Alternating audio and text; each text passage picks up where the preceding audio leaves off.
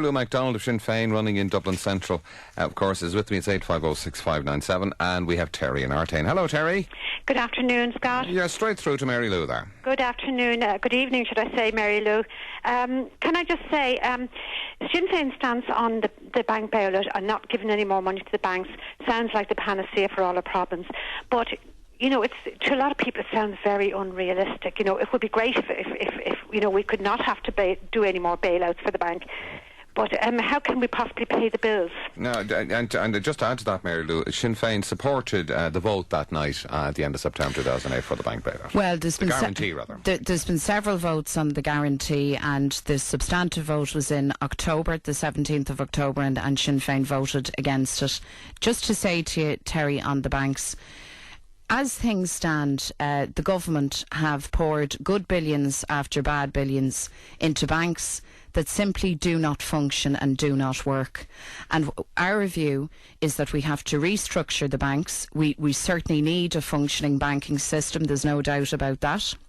But we completely oppose any notion of pouring, for instance, another 30 billion into the likes of Anglo-Irish Bank. That is money that you might as well put a match to. You might as well pour it down the drain. Now, here's the thing, because you asked the very reasonable question about paying for things. There's a couple of things that we need to sort out fairly quickly. One of them is the fact that under the last disastrous government, our public finances are in a complete mess. We're carrying a public debt that we need to reduce, and we've set out a plan to do that. It'll take 6 years. We've identified savings that can be made. We've also identified taxes that need to be imposed. We believe, for instance, a 48% tax on very high earners, individual earners over 100 grand, a wealth tax and so on. You can't do that in a period any less than 6 years because you'd cause a lot of damage to the economy, but we have to get our public finances in order. But here's the thing on the banks. If we continue to commit all of the billions earmarked for the banks, by the year 2014, the repayments on the interest of all of that will amount to over 8 billion every year. That's about a third, more than a third of our total tax take. And if we continue to burden ourselves with that kind of debt, we will run ourselves into a position where we genuinely won't be able to pay for services. And the other thing to say to you, and it's not just Sinn Féin, by the way, Terry, that's making this argument. I mean, this is acknowledged by international commentators, by domestic economists.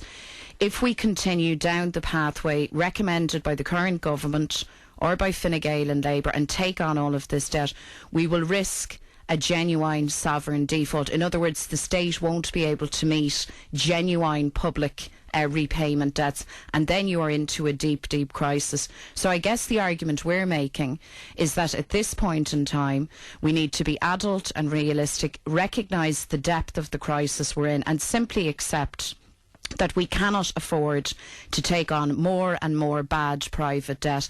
And then just finally to say, there is a fairness issue here. It's not our debt. Sinn Féin has always said, and we continue to say, that of course the state has to honour and repay genuine public debt. There's no issue there.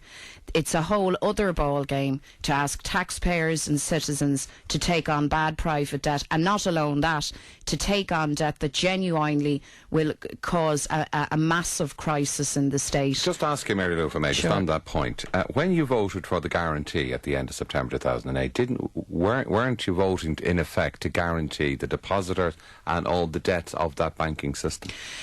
What happened in September was... and just on that, if I may say, yeah. And isn't that underwriting of the taxpayer all of the debt? Well, here's the thing, that vote happened in September. It was considered to be an emergency intervention to stop an immediate run and to wreck people who had a few bob in the bank. Okay, so we know all of that. The actual detail of the scheme which is the important bit, because it's the time at which the institutions could actually draw down money, came before the Dáil on the 17th or the 18th of October. And at that point, it was very, very clear that the proposition from the government wasn't to protect the taxpayers or to act in the common good, but rather that it was about a bailout of banks. And at that point, we voted against it for the very simple reason we understand that you need a functioning bank system. You also have to act responsibly as a politician in terms of protecting people's deposits and their money in the banks. But you also have to say that a blanket bailout, such as was agreed in that October vote, was not only deeply unfair and unjust to the taxpayers, but would, as information came out, likely jeopardise the entire state. So we voted against it. Right. Okay. And can I just make one more point? That a lot of people quickly, please. Yeah, a lot of people are nervous about voting for Sinn Féin because of the past, for obvious reasons. But I feel that Jerry has come under fire very unfairly because he played an important part in the peace process, and I think people forget that. Right. Yeah. I think that's a fair comment. Thanks very much, Thanks Terry. very much. That's Terry there in Artane. Mary Lou McDonald is here in studio with us. You're at 850-6597. It's election quarter, and Christy is here now. Hello, Christy. How are you doing, Scott? Pretty good. Just straight through to Mary Lou there. That's good. How are you doing, Mary? Hiya, Christy.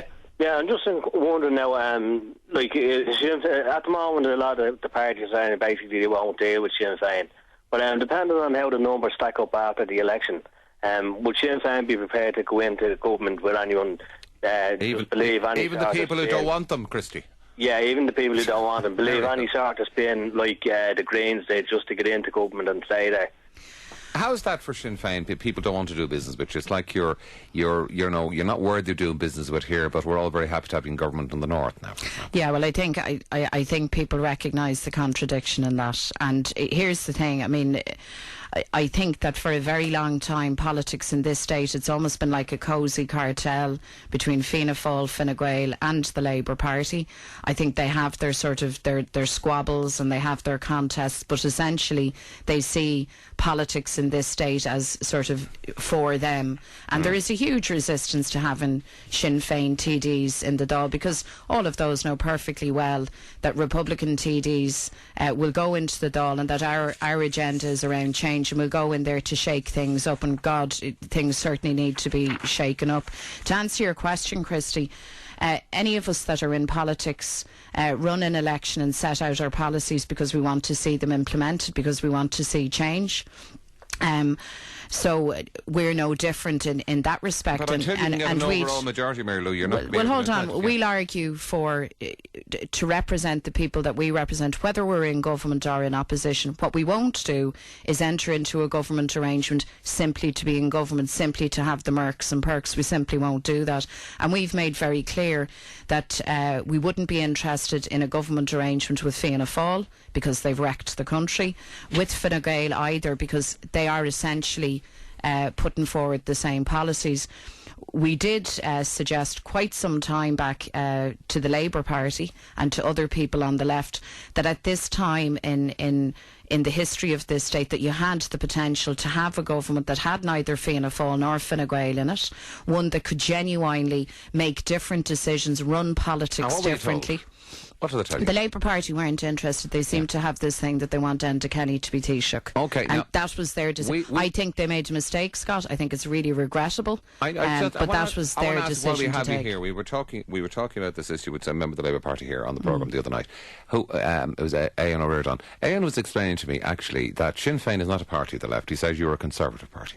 We're not. We're a party of the left. What Éan's problem with us is that we're a Republican party, and I've heard him and some of his colleagues describe us as ultra-nationalist, quote unquote. Now, Conservative was the word he used here. No, we're not Conservative. We're Irish Republicans, and we are also people who believe in Ireland. We believe that we have the capacity to make our own decisions, to govern our own affairs. We believe that really there is nothing that we can't do collectively as a people with good leadership and if we put our minds to it. We also don't believe, unlike the other political parties, that you simply toe the line, whether it's coming from the European Union or anywhere else. We're internationalists. We know that you have to have good relationships across the world. Ireland has a proud record in that respect. But we believe that the first job of any elected politician in Ireland, north or south, is to advance and protect the interests of this place, of Ireland, of this country, and everybody who lives in it. And next up, it's Ger in Ringsend. Hello, Ger. How are you, Mary? Lou? Oh, I better turn her on, Ger. Now, there we go. How are you, Ger? How are you doing? We have an outgoing government who have presided over the taxi industry in this country, where it's believed that up to 20% of drivers are operating illegally, where assaults on especially young girls and women at night time are going through the roof, and which, as far as public safety is concerned, is totally is ranked now as being one of the least safe taxi industries in Europe. Right. And I'm wondering what your ideas are on cleaning up the industry. Cleaning up the taxi industry. Now, I know, Mary Lou, you produced a policy paper on the taxi sector. That's right. And just to say to you, Jared, that I'm very, very conscious of the huge pressure that taxi drivers are under. I mean, I know you're going out and doing massive long hours and coming home sometimes with your pockets practically empty. And needless to say, you and I know that the previous government made an absolute hames of the deregulation of the industry. What we have done is we've put together a set of proposals that deal with exactly the kind of issues that you've raised. For instance, the issue of vetting for drivers. I know myself that a lot of people have said to me that they don't feel safe getting into cars, that they're not sure exactly who's driving them, that the standards in the industry have dropped. I know that there's been huge problems with the regulator itself, with the appeals process. So we've put together a very comprehensive list of proposals, but we've gone a step further, Ger, and I think this is important to say to taxi drivers listening. We have a draft bill, in other words, a draft law that we want to be brought before the next Dáil as soon as it's returned, to actually overhaul the industry and to actually put to rights the mess that the previous government has made. Because here's the thing, I know a lot of people who are driving taxis for a living are nearly at the point where they think that the industry is finished. I don't believe that that's the case. I do believe that we can turn things around. And can I also say, because I know as an industry you've come in for criticism. I think sometimes Dublin taxi drivers get a lot of flack. They deserve a wee bit of it. So, well, they're well able to take it. They're well able to take it. I'm just sorry, Mary Lou, I want to leave it there. Yeah. So there is a policy and there is a plan there, Ger. So I hope that helps you. And thank you very much indeed for your question. And the last one we can squeeze in actually tonight with Mary Lou McDonald is Catherine. Hello, Catherine. Hi, Scott. How are you doing? Your question is about unemployment, is it? Yes, it's just a particular thing. My nephew is unemployed, and he went and he did a course for the new insulation, in the walls and that, where people can get grants and, so he went and did this in order to start up his own little business, get out and work. But he hit a snag when he did the course, got everything ready, and it turns out he has to pay €3,000 for the licence to the NSAI in order to get started. Right. Now, what I'm asking is that, if the likes of yourself gets in, Mary, what can you do to help the likes of him? I mean, obviously what's happened there now with that is that, it's now marginalised to those who have money or existing builders, the usual what Fianna Fáil have done. Yeah. And I'm just asking what we have it there, Catherine. I'm sorry to rush you. We're really tight on time. Mary Lou, what can you say to Catherine on that briefly? Well, what I can say to you first off, Catherine, is that we've put together a plan for jobs over a 3-year period, and it's directed at people across many different sectors, including constructions, including people who have either just trying to finish their apprenticeship or who got cut off midway through. In direct answer to your question as regards your nephew, it is very unfair that such a very high registration fee would be demanded of anybody. And part of our, built into our stimulus package, it's not just about building infrastructure, it's also about helping people who want to open up their own enterprises. And by that I mean people even who are self-employed and working alone. And we've put forward a number of measures, one of which I think would be of interest to people who are thinking of setting up their own business. And it's that people who, whether they're taxi drivers or the likes of your nephew, that they would be allowed to opt into the PRSI code, pay their 4%, so that if things go wrong, if the business runs out, if they find that things don't work out right for them, at least they have some kind of social welfare net. That's the biggest problem for them. They are, Catherine, we're going to have to leave you there. Thank you very much indeed. Just a couple of last ones for you. Mary Lou, how do you relax? I canvass, I know. Well, it depends. I've two small children, so it's funny. What age is they now? Clock off work. The little fella is just about to turn 5. Right. And will have his birthday party postponed. I hope he's not listening to this show. Right. And my girl is 7. 7 and 5. So I'm like I suppose parents of kids of that age. I end up going to the cinema and seeing children's movies, or I walk, I read, right. you know. Who's your role model in life? I'm not sure. I don't have one particular role model. I think I find myself, as I get older, doing more and more things that remind me of my mother. And I think that's probably a lot of people can relate to that. And she's a fantastic woman. We all grow into our parents. Yeah, that's all. If you're half as good as the mother you had, we were all told that. Mary Lou, thanks for coming in. Thanks for taking part in election quarter, and the best of luck in the election. Mary Lou is running in Dublin-Central for Sinn Féin. She's also Sinn Féin Vice President. We'll more election quarter through the week, same time, just around 6:30.